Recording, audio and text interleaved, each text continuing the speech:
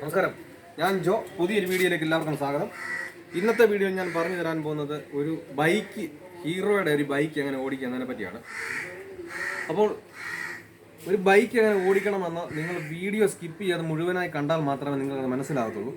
അപ്പോൾ എൻ്റെ ചാനൽ നിങ്ങൾ ആദ്യമായിട്ടാണ് കാണുന്നത്, നിങ്ങൾ ഒന്ന് സബ്സ്ക്രൈബ് ചെയ്യുക. അടുത്ത് കാണുന്ന ബെല്ലൈക്കൺ അമർത്തി കഴിഞ്ഞാൽ ഞാൻ ഇതുപോലെ ചെയ്യുന്ന നല്ല നല്ല വീഡിയോസ് നിങ്ങൾക്ക് അപ്പോൾ ലഭിക്കുന്നതായിരിക്കും. കൂടാതെ വീഡിയോ കണ്ട് ഇഷ്ടപ്പെട്ട് കഴിഞ്ഞാൽ ലൈക്ക് ചെയ്യുക, ഷെയർ ചെയ്യുക. നേരെ വീഡിയോയിലേക്ക്.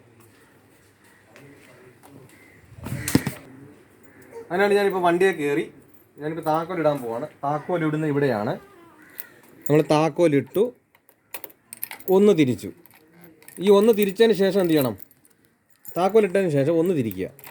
ഇട്ടതിന് ശേഷം ഇതിനകത്ത് മീറ്ററിനകത്ത് കാണാം. ഇതാണ് മീറ്റർ ബോർഡ്.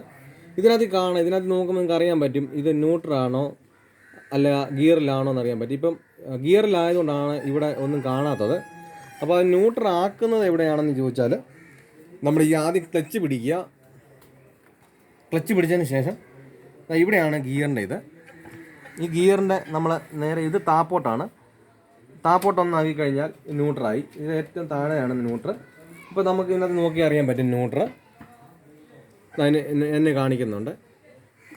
അതിന് ശേഷം വേണം നമ്മൾ സ്റ്റാർട്ട് ചെയ്യാൻ. ആ സ്റ്റാർട്ട് ചെയ്യുന്നതിന് മുമ്പ് ഞാൻ ഇതിനകത്ത് സ്വിച്ച് കാര്യങ്ങളൊക്കെ ഒന്ന് പരിചയപ്പെടുത്തരാം. അതായത് ഇതാണ് നമ്മൾ സ്റ്റാർട്ട് ചെയ്യുന്ന സ്വിച്ച്.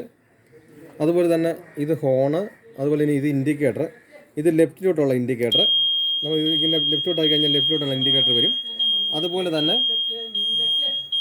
ഇത് റൈറ്റിലോട്ടാക്കും. സെൻട്രലായി കഴിഞ്ഞാൽ കെട്ടുപോകും. അതുപോലെ തന്നെ റൈറ്റിലോട്ടാക്കി കഴിഞ്ഞാൽ റൈറ്റിലെ ഇൻഡിക്കേറ്റർ, ഇതിനാണ് ഇൻഡിക്കേറ്റർ. അതുപോലെ തന്നെ ഇതാണ് ഹെഡ്ലൈറ്റ്. ഹെഡ്ലൈറ്റ് നമ്മൾ ഇത് അങ്ങോട്ടും ഇങ്ങോട്ടും തിരിക്കുകയാണ്. ഇതാണ് മേലോട്ടാക്കി കഴിഞ്ഞാൽ ഹെഡ്ലൈറ്റ് വീഴും. അതുപോലെ തന്നെ ഇത് പ്രസ് ചെയ്ത് കഴിയുമ്പോഴാണ് ഡിമ്മും ബ്രൈറ്റും വരുന്നത്. അതുപോലെ തന്നെ നമുക്ക് ഇത് ക്ലച്ച്, ഇത് ഫ്രണ്ടിലെ ബ്രേക്കാണ്. അതുപോലെ തന്നെ നമ്മൾ രാവിലെയൊക്കെ വണ്ടി സ്റ്റാർട്ട് ചെയ്യുമ്പോൾ നമ്മൾ കിക്കർ അടിച്ച് വേണം സ്റ്റാർട്ട് ചെയ്യാൻ. ഇതാണ് കിക്കർ. ഇതിപ്പോൾ നമ്മളിങ്ങനെ കിടക്കുന്നു, ഇങ്ങനെ കാലുകൊണ്ട് തന്നെ ഇങ്ങനെ എടുക്കുന്നു.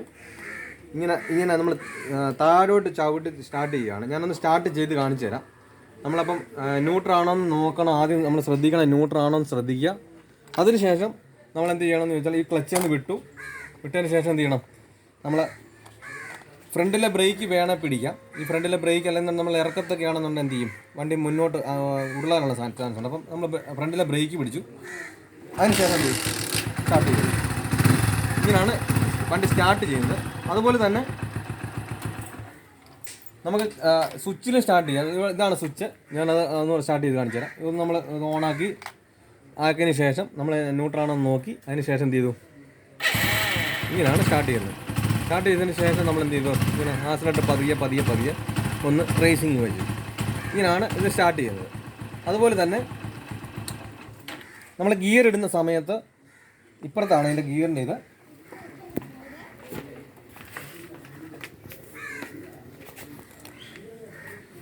നമ്മൾ ഫ്രണ്ടിലോട്ട് ന്യൂട്രൽ, ഏറ്റവും മുന്നിലാണ് ഇതിൻ്റെ ന്യൂട്രൽ ഇരിക്കണേ. ഇങ്ങനെ ബാക്കിലോട്ടാണ് ഗിയർ ഓരോന്നായിട്ട് ഫസ്റ്റ് സെക്കൻഡ് ഇങ്ങനെ. അപ്പോൾ നമ്മൾ ക്ലച്ച് പിടിക്കുന്നു. ക്ലച്ച് പിടിച്ചതിന് ശേഷം എന്ത് ചെയ്യാവും? നമ്മൾ ഗിയർ ഇടാവും. ഫസ്റ്റ് ഇട്ടു, സെക്കൻഡ്, ഇങ്ങനെ ഓരോന്നായിട്ട് സ്റ്റെപ്പ് ബൈ ആയിട്ട് ഗിയർ വീഴും. അതുപോലെ തന്നെ റിസർവ് ആണ് ഇത്. ഇതാണ് നമുക്ക് പെട്രോൾ ഓൺ ആയി കിടക്കുന്നത്. ഇങ്ങനെയാണെങ്കിൽ പെട്രോൾ ഓഫാണ്.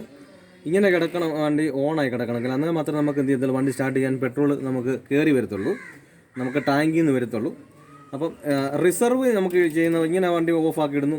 ഇങ്ങനെ മേപ്പോട്ടാക്കി ഇട്ട് കഴിഞ്ഞാൽ നമുക്ക് റിസർവാണ്. അതായത് നമുക്ക് പെട്രോളില്ല, നമ്മളിങ്ങനെ ഓടിക്കൊണ്ടിരിക്കുന്ന സമയത്ത് വണ്ടി നിന്ന് നമ്മൾ സ്റ്റാർട്ടാകുന്നില്ല, പെട്രോൾ കുറവാണെന്നുണ്ടെങ്കിൽ നമുക്കിങ്ങനെ മേപ്പോട്ടാക്കിയിടാം, റിസർവ് ആക്കിയിടാം. ഇങ്ങനെയാണ് റിസർവ് ആക്കിയിടുന്നത്.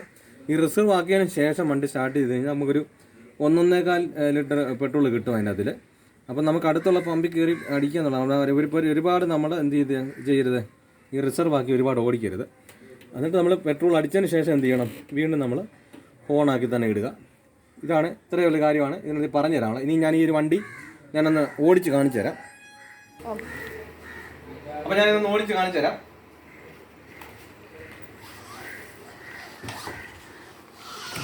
അതുകൊണ്ട് വണ്ടിയിൽ കയറി ഞാൻ താക്കോലിട്ടതിന് ശേഷം ക്ലച്ച് പിടിച്ചു.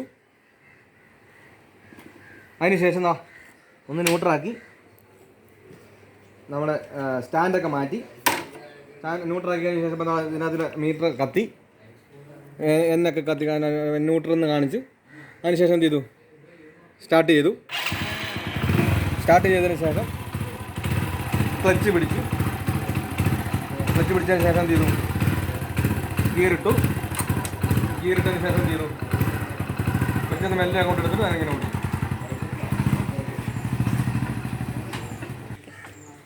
ഇങ്ങനെയാണ് ഒരു വണ്ടി നമുക്ക് ഓടിക്കേണ്ടത്. അപ്പോൾ ഇതെങ്ങനെ എടുത്തോണ്ട് വന്നതെന്ന് ചോദിച്ചു കഴിഞ്ഞാൽ നമ്മൾ ഫസ്റ്റ് ഇട്ടതിന് ശേഷം എന്ത് ചെയ്തു ക്ലച്ച് പിടിച്ചാണ് നമ്മൾ ഫസ്റ്റ് ഇട്ടതിന് ശേഷം ക്ലച്ച് ഇങ്ങനെ പിടിച്ചിരിക്കുകയാണ്. അപ്പോൾ നമ്മൾ മുന്നോട്ട് എടുക്കുന്ന സമയത്ത് ഇങ്ങനെ ഒരു മെല്ലെ പതിയെ വേണമെന്നുണ്ടെങ്കിൽ ഇങ്ങനെ ക്ലച്ച് ഒന്ന് വിടാൻ, ഇങ്ങനെ പെട്ടെന്ന് എടുത്ത് വിടരുത്. പിന്നെ മെല്ലെ തന്നെ ക്ലച്ച് കായി എടുത്ത് വിടുക. എങ്കിൽ മാത്രമേ വണ്ടി കറക്റ്റായിട്ട് വണ്ടി ഓഫ് ആക്കാതെ മുമ്പോട്ട് പോകത്തുള്ളൂ. എന്നിട്ട് ഇങ്ങനെ ക്ലച്ചിൽ നിന്ന് മുന്നേ പോയി മേളിൽ പോയതിന് ശേഷം മാത്രം എന്ത് ചെയ്യാവും, വണ്ടി നീങ്ങുന്നില്ല എന്നുണ്ടെങ്കിൽ ഒന്ന് പതിയെ ഒരു ആക്സിലേറ്റർ ഇവിടെ പതിയെ ഒന്ന് കൊടുത്തതിന് ശേഷം ക്ലച്ച് പിടിച്ച് സെക്കൻഡ് ഇടുക. അപ്പോൾ ഇങ്ങനെയാണ് നമ്മൾ മുന്നോട്ട് വണ്ടി ഓടിച്ചുകൊണ്ടിരിക്കേണ്ടത്. ഇങ്ങനെയാണ് വണ്ടി ഓടിക്കേണ്ടത്. അപ്പോൾ ഈ ഒരു കാര്യങ്ങൾ നിങ്ങൾക്ക് പറഞ്ഞത് മനസ്സിലായെന്ന് വിചാരിക്കുന്നു. എന്തെങ്കിലും സംശയങ്ങളോ കാര്യങ്ങളോ ഉണ്ടെന്നുണ്ടെങ്കിൽ കമൻറ്റ് ബോക്സിൽ വന്ന് അറിയിച്ചാൽ ഞാൻ അതിനെപ്പറ്റി പറഞ്ഞു തരുന്നതായിരിക്കും.